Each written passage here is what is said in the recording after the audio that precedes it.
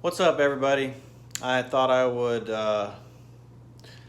I'm sorry, I'm watching the bottle behind me up there on the ceiling swing back and forth, and I was like, why is that doing that by itself? But I realized I just closed the door behind me with the Sam Adams on it, and it hit that bottle. That was freaking me out. I don't know if you can see that, but it's swinging back there. Anyway, just wanted to shout out that I'm actually not running today, and I'm going to be drinking a beer anyway.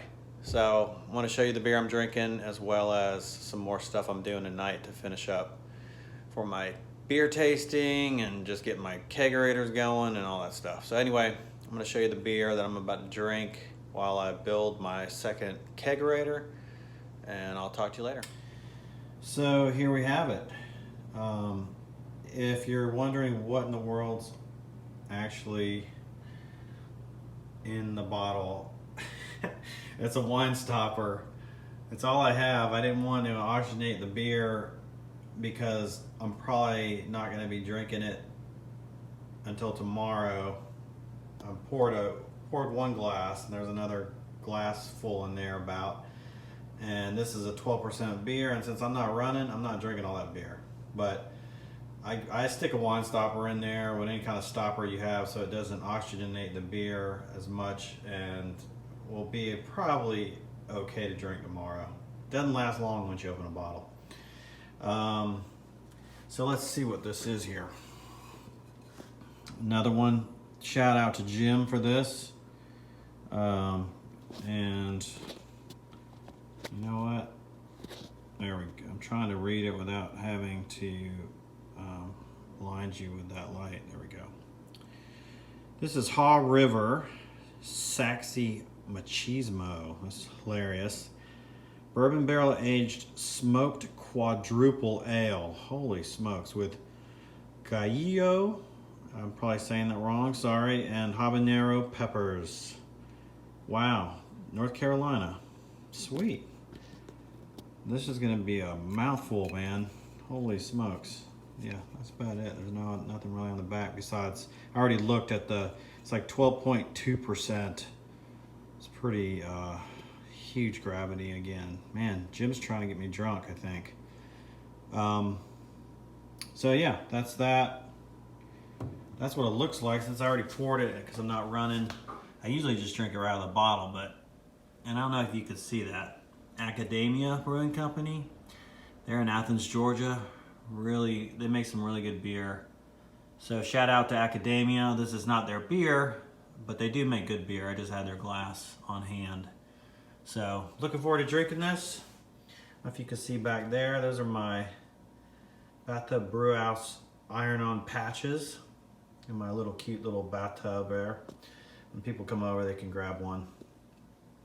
They can represent the BB later. What's up, guys? I have decided to do a little different topic tonight in terms of beer. I am actually making kegerators. I just ordered 2 3-tap kegerators, and I'm going to quickly show you that. And I also going to show you video footage and photos from my walk last night through Piedmont Park all the way to Ponce City Market, where I hit the growler shop there, and I'm gonna have to look up that name because I forgot. It's an amazing growler shop that you can actually go and just grab a 16 ounce if you want and drink it right there. I had Wild Leap's Vanilla Imperial Stout, which was phenomenal. Really, really sweet. If you don't like sweet, you wouldn't like it, but it was 10%, something like that. Anyway, that's all I got. Later.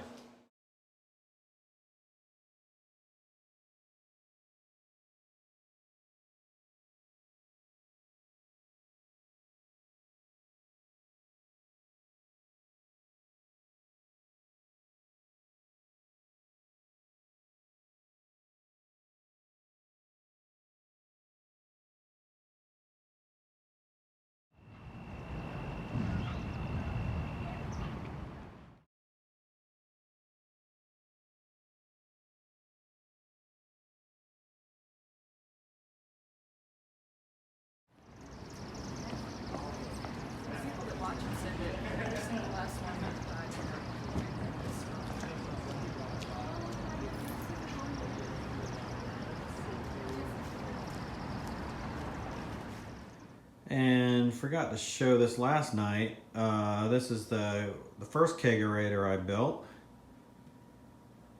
There's 3 of my beers being carved up, 34 degrees.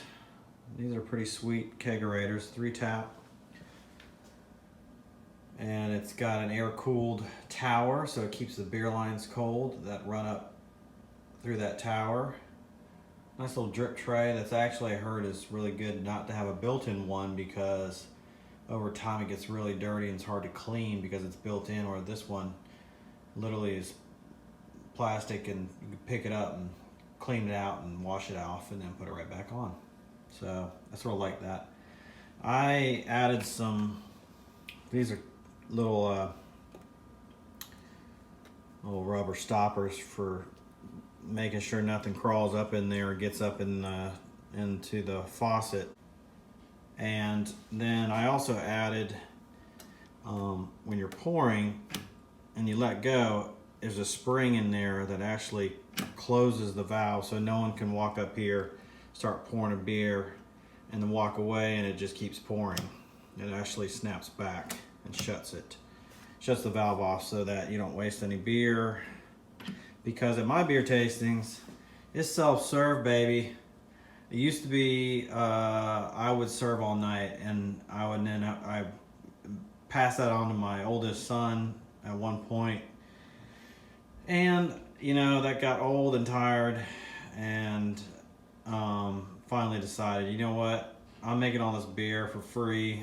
At least everyone can do is pour their own beer. So I'll have them labeled 1, 2, 3, what they are, and people just walk up, self-serve. So that's the other kegerator I'm building. And when I say building, of course it's already, mainly built, but not really in terms of the tower. The tower has to be put together, and it's a pain in the butt feeding the beer lines through there and fastening it down, the faucets down from the inside, and making sure the air-cooled tubing goes up and stays in place. And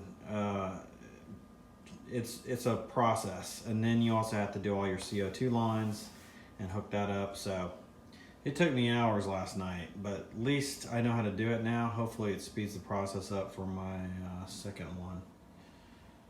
So didn't want to forget to show you this, but it's pretty sweet. What's cool about this is it allows it to go up to 80 something degrees. If you have a heater in there, you can ferment in these as well. So you can get it up to 60, 65, 70 degrees if you want to, whatever temperature you want to ferment at. You can do fermentation in here as well, which is awesome. So I'll be fermenting in here in these two, and I will be, of course, using them to refrigerate and carve and serve later.